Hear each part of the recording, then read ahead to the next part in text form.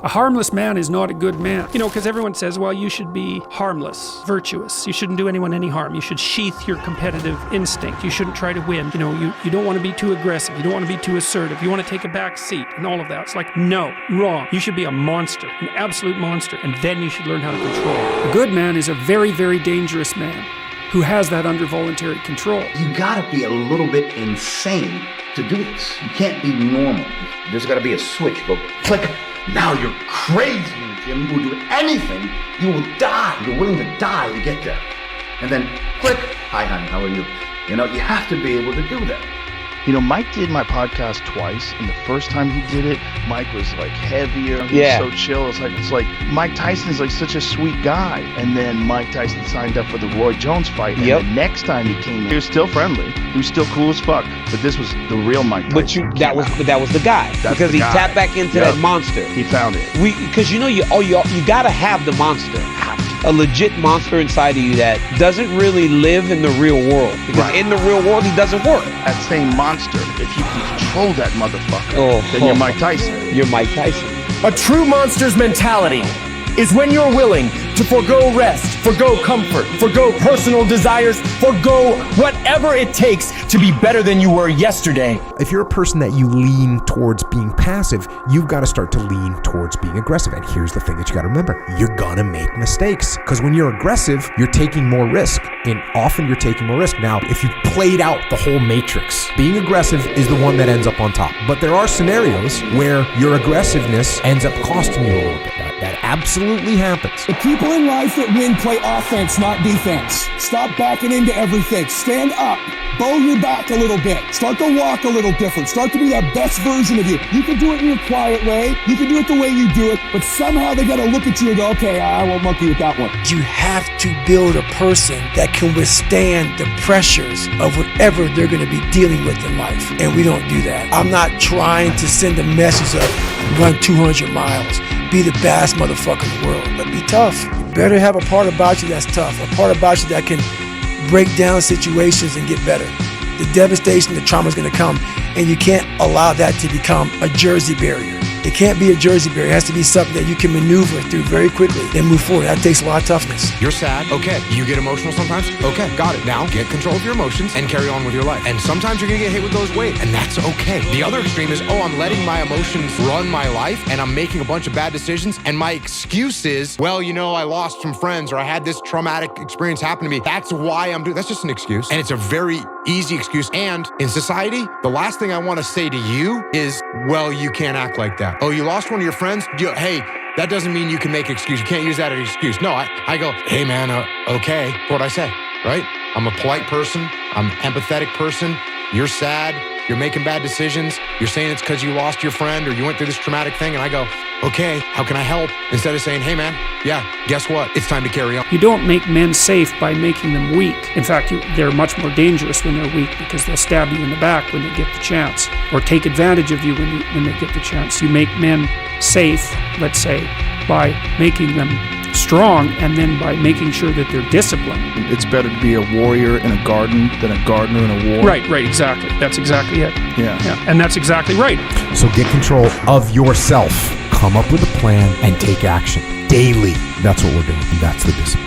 This world we live in is tough. It's tough. It will beat you down. The world and the life that we live in is the ultimate competitor. It will try to take you out. It will find your weakness and it will fucking just hammer you. And so again in the Harry Potter stories, he's touched by evil, right? He actually has a soul fragment that's embedded within him that's as black as anything can possibly be. That's why he could talk to snakes. But without that, he wouldn't be able to have any victory. And that's exactly right psychologically. Unless you can think the way that an evil person thinks, then you're defenseless against them because they'll go places you can't imagine and then they win. It's the men that have the most aggressive and fearless temperaments that can be the best men.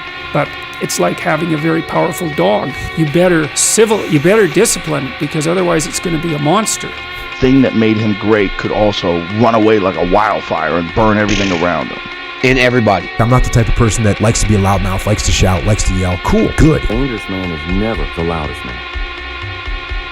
All right. You don't need to be that way. What it means is you need to make things happen. That's what it means. And it can be, sure, there's certain parts of your nature that are aggressive, but it can also be trained. You can start to think with an aggressive mindset, which is, I am going to take action. I'm going to overcome obstacles. I'm going to push through roadblocks. I'm not going to take no for an answer. If you tell that thing, I'm here just like you here, and I promise you, I ain't leaving without the degree. I will not leave without that goal. I will not leave without that dream. I will not leave this university. I will not leave this job. I will not leave this client. I will not leave this opportunity until I'm successful. George Bernard Shaw said, reasonable people adapt themselves to the world. Unreasonable people attempt to adapt the world to themselves.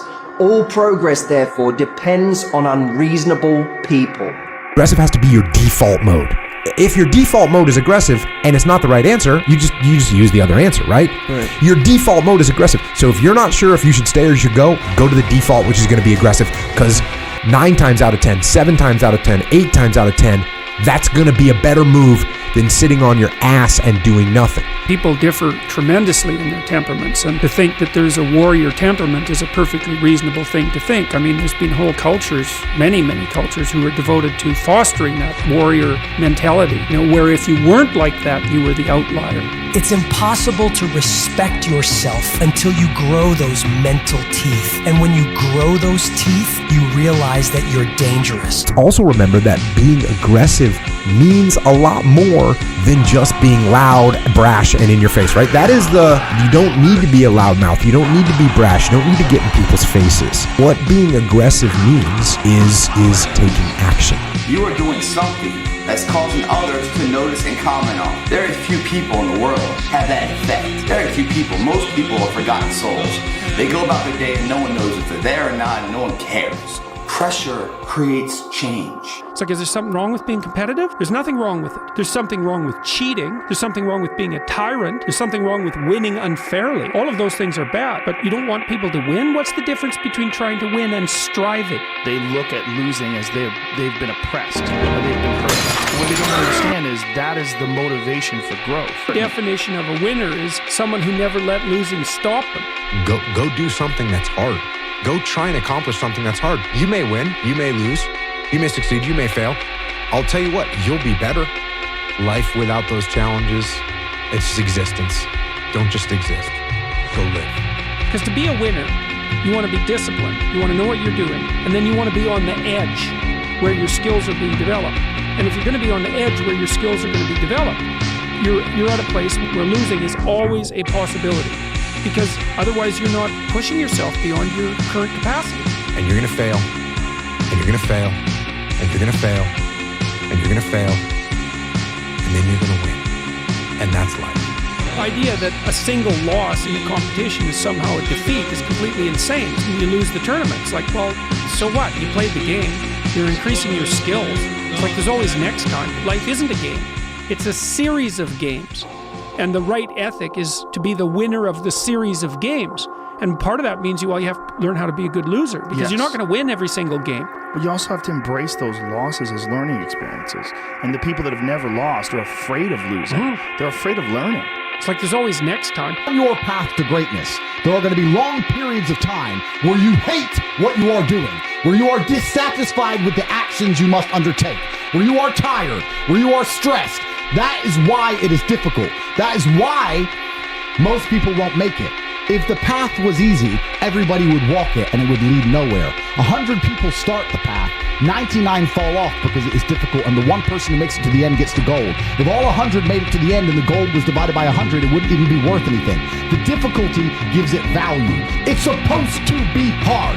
Life is supposed to be hard. You're supposed to think this is terrible. You're supposed to suffer and smile through the pain regardless.